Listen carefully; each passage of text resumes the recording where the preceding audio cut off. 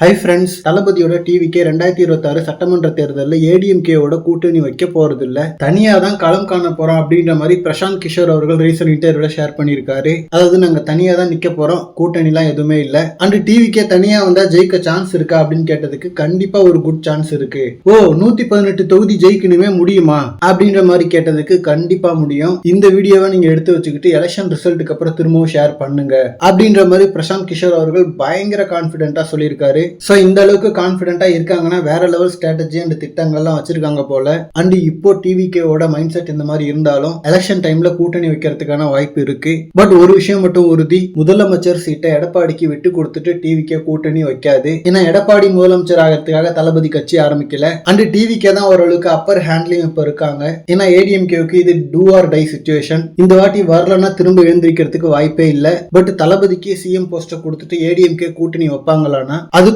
இப்போதைக்கு வாய்ப்பு இல்ல. ஏன்னா மினிமமா ஒரு ஓட் பேங்கிங் வச்சிருக்கிற ஒரு மிகப்பெரிய கட்சி. ஆனா அந்த பதவிக்கான சண்டையில தான் இப்ப அந்த கட்சியே வீக்கா இருக்கு. சோ இதுக்கு ஒரே சொல்யூஷன், தளபதி மாநாடுல பேசின ஆட்சியிலும் பங்கு அதிகாரத்திலும் பங்கு அப்படின்ற கான்செப்ட் தான். அதாவது ஏடிஎம்கே அண்ட் டிவிக்கு ஈக்குவலா ஆட்சி அதிகாரத்தை ஷேர் பண்ணிக்கணும். சோ 5 வருஷத்துல ஆளுக்கு 2.5 வருஷம் ஆள்ற மாதிரி சம்திங் ஒரு டீல தான் போட்டாகணும். அண்ட் டிவிக்கே ஏடிஎம்கே கூட்டணி வைக்கலன்னா 2026ல திரும்பவும் டிஎம்கே தான் வருவாங்க அப்படின்ற மாதிரியான ஒரு நிலைமை தான் இப்போதைக்கு இருக்கு. சோ இதனாலதான் டிவிக்கே ஏடிஎம்கே கூட்டணிக்கு மிகப்பெரிய ஒரு மவுசும் இருக்கு. அண்ட் இப்பவே ஓரளவுக்கு ஏடிஎம்கே விட டிவிகே மேல வந்துச்சு. சோ நெக்ஸ்ட் ஒரு வருஷத்துக்கு இறங்கி களப்பணிகள் பண்ணா டிவிகே ஏடிஎம்கே விட மிகப்பெரிய ஒரு இடத்துல இருக்கும். சோ ஏடிஎம்கே தான் எப்படியும் இறங்கி போய் ஆகணும், அவங்களுக்கு வேற ஆப்ஷனே இல்ல. ஏன்னா சில மாதங்களுக்கு முன்னாடி கூட தளபதி போயிட்டு ஏடிஎம்கே கூட கூட்டணி வைக்கிறதா நல்லதுன்ற மாதிரி தான் நமக்கே தோணுச்சு. பட் அதுக்குள்ளேயே நம்மளோட பெர்செப்ஷனே மாறிடுச்சு. இப்போ ஏடிஎம்கே தான் இறங்கி வந்து கூட்டணி வைக்க வேண்டிய நிலைமை. தேர்தல் நெருங்க டிவிகே இன்னும் ஸ்ட்ராங் ஆகும், ஏடிஎம்கே இன்னும் வீக் ஆகும். சோ என்ன நடக்க போகுது அப்படின்றத வெயிட் பண்ணி பார்க்கலாம். அண்ட் இதை பத்தின உங்களோட கருத்துக்களை கமெண்ட்ல சொல்லுங்க.